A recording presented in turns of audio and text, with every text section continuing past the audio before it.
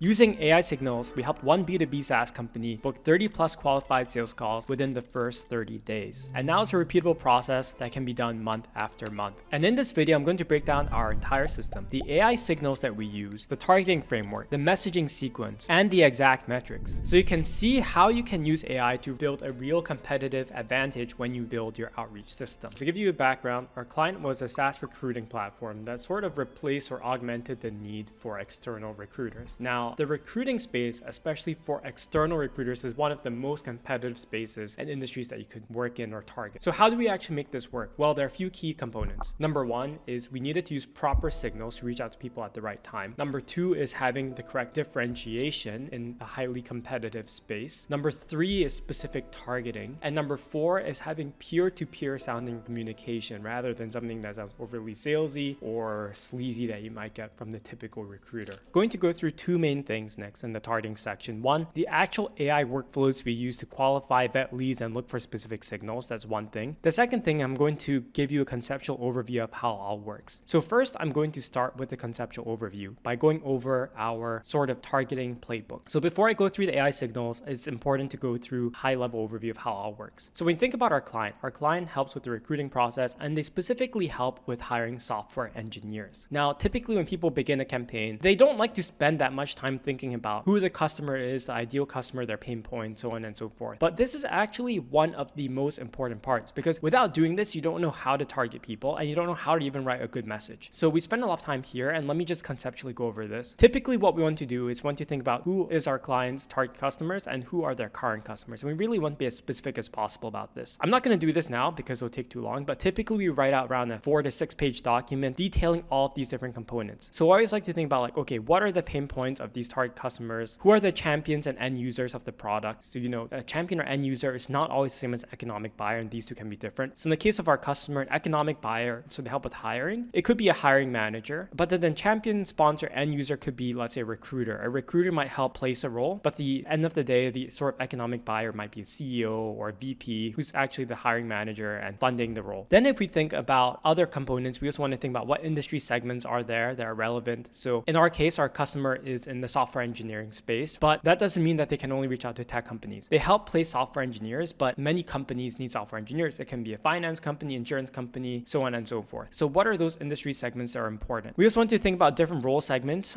as well too. So there may be a bit more nuance than just like buyer versus champion and end user, and it's good to map that out. And then lastly, and this was the really key thing that drove results for us, is what are trigger events that make someone actually respond to this type of cold email. So often what we do is we spend quite a few hours writing out like a 5-page document. And then from there, we tend to pick like 1 to 3 best segments that we want to go after. After we conceptualize who we want to target, we now need to start building the lead list. Now, I'm not going to go over, I'll have other videos on this, how to build a lead list from these tools, because it'll take too much time. But basically, you want to try and find the ICP lead list based on the criteria set out. You can use tools like Apollo, ListKit, LinkedIn Sales Navigator, Clay, custom scrapers. In this case, for our client, we mostly used Apollo. What can we do beyond just using Apollo? Because Apollo is a very broad lead tool. We actually combine Apollo with Clay to make a very specific list using AI, and I'm going to show that here. Jumping into Clay, this is a recruiter targeting list that we created with Apollo, and it's a really high-level list. We have different titles of different recruiters here. We're all relevant. We've got different companies, company names. Recruiters are heavily targeted by other recruiters who want to sell external services. So how do we actually get results? So there are a few things that we need to do in order to do that. So we use some broad filters, but I actually don't want to go through that because it's pretty simple. I want to go through more of the AI workflow. So what we did to make sure that we get the best results targeting these recruiters is we actually used Clay to do a simple lead scoring system that also looks for signals. So Clay is this tool that basically think of it as tables with AI, and it's really powerful for enriching data in unique ways. So how do we actually do this, right? So what you do is you go on Clay, and then you want to basically create a prompt in order to extract more information from a potential prospect. We create this prompt that told AI that's a lead qualification agent, and what it's going to do is going to visit the person's website, and then it's also going to visit the person's LinkedIn. From this, we're going to qualify the lead to make sure that they're actually worth reaching out to, right? Like one of the big mistakes in cold emails, just reaching out to people are irrelevant. And then number 2, look for hiring signals. That means it makes sense to reach out to this person. So one of the most important hiring signals, obviously, is like, are they even hiring for developers, right? So if it's a company that's not hiring for developers, the chance of an email actually hitting and someone responding goes down significantly versus if they're actually hiring for developers. I'm not going to go through the whole prompt, but basically what we did is we set up criteria for who is qualified, if a company builds software or software-enabled products or shows intent to hire developers. And then we put some criteria for disqualified and also uncertain. In order to get evidence to make sure everything's okay, we also created standards. Some rules of URLs are broken. And then we did some data cleaning as well. So this is a really long prompt, and I don't want to bore you with details, but you can sort of see what goes into it. Now, the most important thing that we did though was actually the signal piece. If we take a look at signals, we're specifically trying to understand, do our prospects build software? Are they hiring developers? This is something that we needed to do because of the way that we built our initial list, like if it's a university or government, which we don't really want to target, and nonprofit. But mostly it's just these two signals. So basically this tool is really powerful. What we do is we create this like very in-depth prompt to understand if a lead is qualified. And then AI goes through line by line, looking at the website, almost like a human SDR might, and then extracting information from it. In this case, we just have one column showing like if they're qualified or unqualified, but actually we extracted more rows. So this is just an example. But actually, if we take a look at the response, so we click a response for some of these lead qualification things, what we can actually see here is all of the output information from running our AI model. And if we click on signals here, we can see the AI qualifying. Is this person a government? Is this a university? Do they build software? Are they hiring developers? Yes or no? So all this being said, we're able to take a broad list and be able to understand a bit more about a prospect. Because if someone is hiring developers actively, the email script that we use to reach out to them is going to be different than someone who's not hiring developers, but is just building software. We run another AI model to see what specific roles are open. So we can run another enrichment that basically asks it to take a look at the LinkedIn URL, company URL, and understand what type of software engineers are hiring for. And we can see the response here, like, yes, this is open software engineer roles such as AI software engineer, engineering manager, senior site reliability, so on and so forth. Okay, so that was a lot of information, but it's going to make sense how we're going to use this all. By the way, if you're a tech company doing at least $500,000 in revenue and you like 20 plus qualified sales calls per month, click the link in the description to learn more. So we go back to our playbook. We actually skipped through like building the general broad list because that's pretty easy to do with Apollo, Let's Get Linked, and went more into what we actually oftentimes do is a review layer, where we start with a broad list and we use something like Clay to lead score and add signals to make sure that when we come up with a targeting list, at least 80%, if not 100% of the list that we're targeting is ICP. So you can see with the AI work that we did, we're actually able to classify and score leads. And in this way, every single person we reach out to is number one, an ICP. And number two, we actually can use additional information where relevant to target them and create the best possible script. Now I'm going to go over how we can make an awesome 10 out of 10 script now that we have the right data about our ICP and our segment. So the key thing about script writing is we need to build credibility quickly, speak to prospect pain points, and this is most important, and then segment your list and messages by ICP segments. Using the AI signals, we're going to have a pretty custom message, but it's not going to be a cringy, weird custom message where you say, hey, I noticed you worked at this company 3 years ago, congrats on the growth. It's going to be something that speaks to their pain point. All right, so what's a good email? If we go back to this, right, this company is hiring a senior VoIP application engineer. So we're going to make what we solve specific to him. So a subject line that could work could be like, hey, a VC-backed CTO with VoIP application engineers. We love this sort of somewhat ambiguous headline because we're saying like a VC-backed CTO, so we're establishing credibility in the headline. And then in addition to that, we are specifying already that we've done some homework on them, like VoIP application engineers. But it's a vague enough headline where a recruiter won't be sure why am I getting emailed, but it probably seems interesting. Let me click on it. So we're going to start off the email with saying like, hey, whatever the person's name is, I'm Jack. I'm a VC-backed founder and ex-CTO who has worked with technical leaders at Ubisoft. This is specific Series A company that we're blurring out. So Series C company, Series D company, and other fast-growing companies to recruit elite engineers in less time. So immediately, if you are a recruiter, you see this, it's pretty interesting, and you know the person who's emailing you is credible and they are an ex-CTO. Now, the next part is really important and specific to reaching out to recruiters, which is we are not competitive. So you can see here, we built a hiring co-pilot, not a dev shop, not a staffing agency, not a recruiting firm. We don't charge recurring fees, and our success-based markup is significantly lower than legacy recruiting firms, right? We are reaching out to recruiters. If we are reaching out to a hiring manager, we may want to use a different message, but we want to make it clear to recruiters that we are non-competitive. This is where we use AI to signal that we actually did our homework, and this is where we can solve their problem better. I noticed you're hiring a senior VoIP engineer. It's a role that we place many times at big company name. We take care of sourcing and vetting for any stack, whatever the framework, any technical skill, regardless of location, deliver the first expert vetted shortlist under 48 hours. Would you be interested in me sending over a few profiles? So if we take a look at the anatomy of this script, we're building a lot of trust. We're speaking to specific pain points, and it sounds like an email that we segment segmented and make sense only to a specific person, right? So like we would be reaching out to the recruiters hiring for this role and they would know that we did our homework. We're not using any cringe AI personalization that says, hey, I noticed that you worked at this company for 3 years, congrats, or hey, congrats on the new promotion. That type of AI personalization doesn't work as well as being specific on how to solve their problem. This is just an example script, but we could have made this far more specific with AI personalization too, where we, instead of saying we take care of sourcing and vetting for any stack, we put specific stacks that are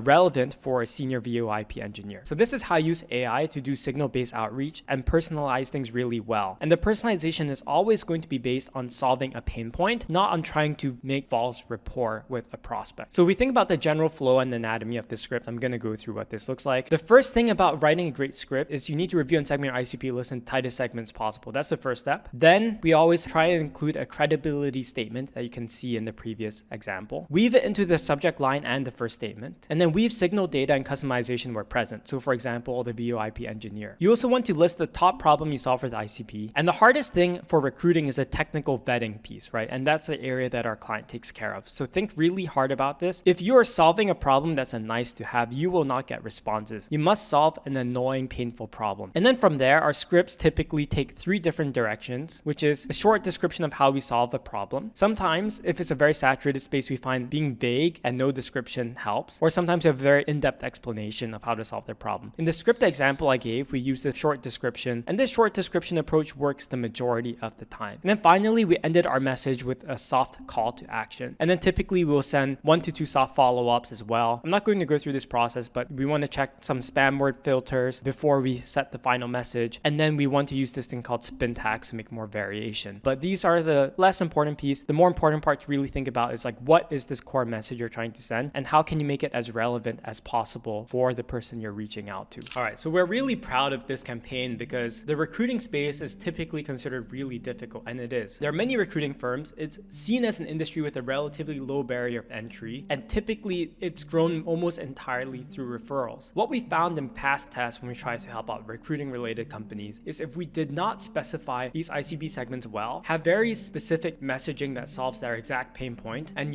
layer in signals like who are they specifically hiring for, we would get close to 0 results, maybe 1 to 2 leads per month. But by narrowing all of these components down and having everything working properly, we find 30 leads per month is entirely possible. So here's one of the active live campaigns that we're running using this approach. Some of these metrics may not seem that impressive at first glance, but it actually is very meaningful when you think about what it means from a revenue perspective for a client. So first you'll see the number of people that number of emails sent, and number of people contacted. So over last week, one of our campaigns, so we have many campaigns running at the same time. This is one of many. 500 people were contacted, 7 people replied, and of those 7, 3 were interested. Because of the way we create our email campaigns, many of the interested leads end up being a booked call, and most of the interested leads we contact are also really high value for our client. And to give you perspective, one successfully landed prospect for a client can be worth anywhere from $100,000 to around $1 million in lifetime value. In addition to that, we typically contact around 10,000 people per month for each of our clients. So if you just multiply this number by 20, this would be their monthly result. So it would be 10,000 people contact, that's our average number per month. Multiplied by 20, the number of interested from 3 would go up to 60. So imagine what that means for a client. 60 interested leads, many of which would book a meeting, and a closed deal for a client is worth north of $100,000. One thing that you'll see is this campaign, you can see, is really low volumes, and that's deliberate. Although we contact 10,000 people per month, we get far better results by making many smaller campaigns that are properly segmented than one large campaign with like 10,000 people inside of it. All right, so to make this all work, especially in highly competitive spaces, you need the right targeting, using the right signals, the correct segmentation, and weaving all of this into your email script properly. Cold email oftentimes gets a bad reputation because emails get sent without any relevance to the wrong people at the wrong time, and it's sent by people with no credibility. But if you follow the steps that we showed in this video, it become one of the most powerful lead gen channels in your arsenal. Now, if you're a tech company doing at least $500,000 in revenue and you want to build a systematic cold outreach system that generates you qualified pipeline every month, click the first link in the description to learn more.